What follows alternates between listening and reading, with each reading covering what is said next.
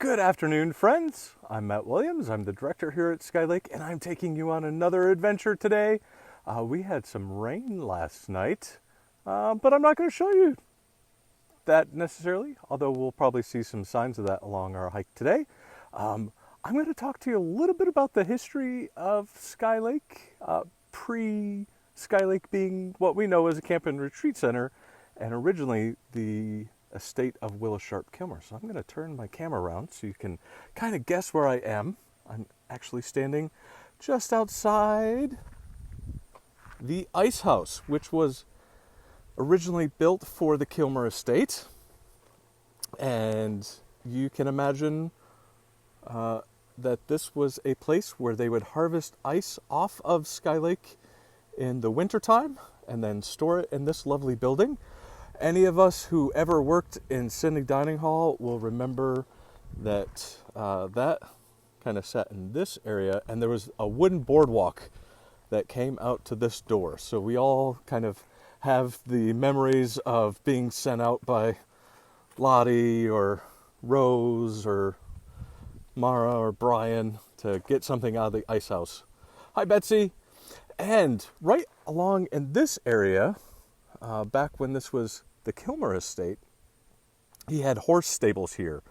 And talking with some of the original campers in 1947, they remember staying in the horse stables until it was determined that might not be the safest thing to do. So, always those fun stories of back in the day. But I had a question posed to me the other night about kind of the history of Willow Sharp Kilmer, and then a question about an area that we're going to head to, kind of where the road, the path splits into a path out to the old stone quarry and also up to our East Shore Ballfield, and why that the tree coverage out this direction is a little bit different. And I'll explain a little bit more when we get out there, but along the way, taking you past the recycling shed, you can start to see some of the runoff from last night's storm still coming through. We got at least 90 minutes of solid rain, and it was quite the exciting time here. So we are heading down this trail. Going to pass a couple of our favorite cookout sites.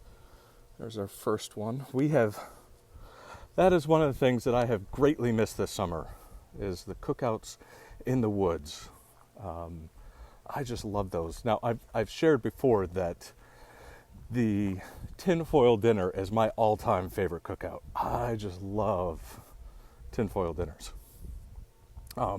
Some love the stir-fry cookout. Others love the all-American hot dog and hamburger. And I am now wishing that I had put on my wellies, because this is a little bit deeper than I was expecting. So we're going to take just a little detour over through the woods, which is not always recommended to do, because you really want to stay on established trails. But I also want to take you along on this adventure, and I'm afraid that I could end up swimming. So I want to be careful. All right, I'm back on the established trail. So cookouts. Gotta love them. And can't wait until we can come back together again next summer and have cookouts galore.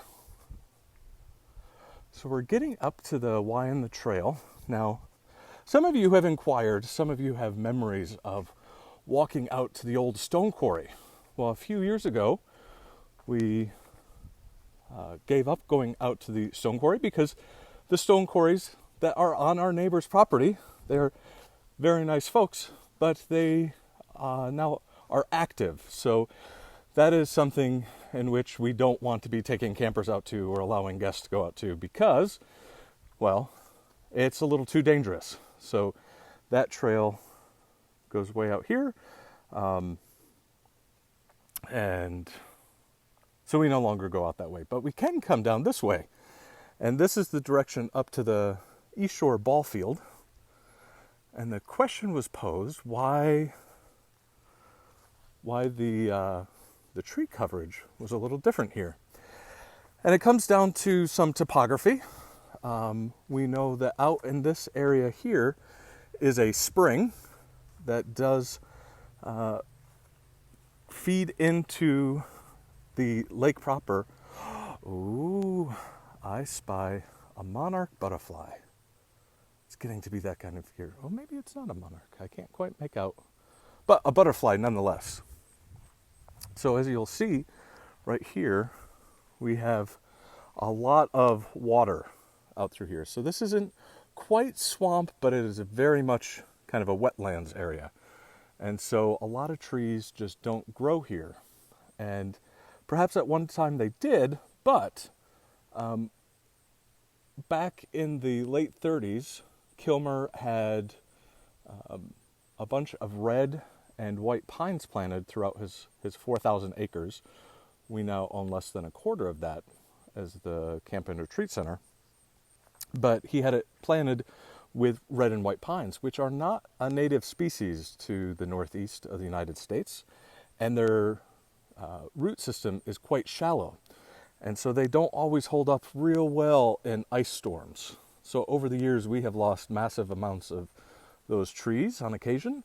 And so that might have been one of the reasons why this area is clear here. But I think the real reason is that it is such a wet area because of the springs down here. And it makes sense because as we continue walking down this path a little ways, we get back to that horse trough that we've encountered before on our hikes.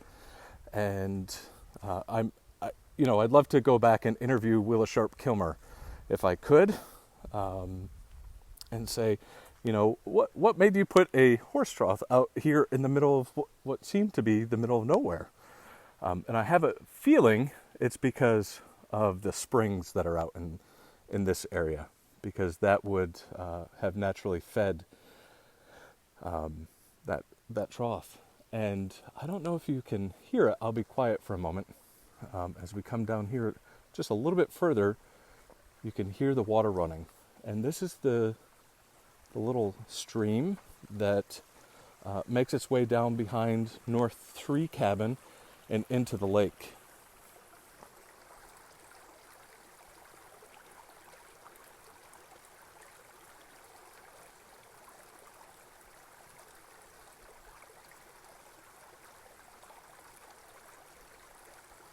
I don't know about you, but I could just sit here all day and listen to that stream babble along.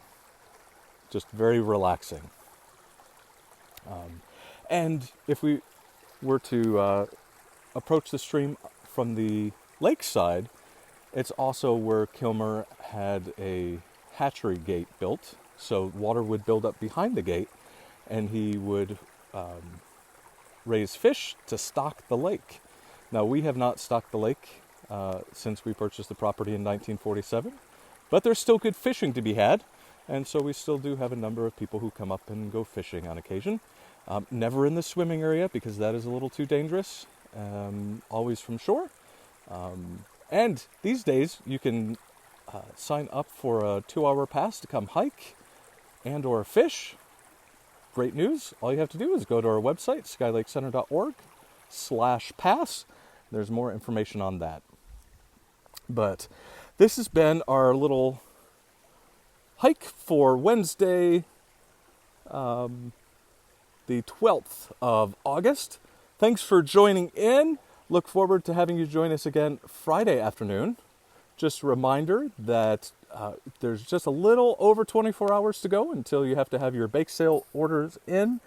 And, everything that Kevin makes is delicious.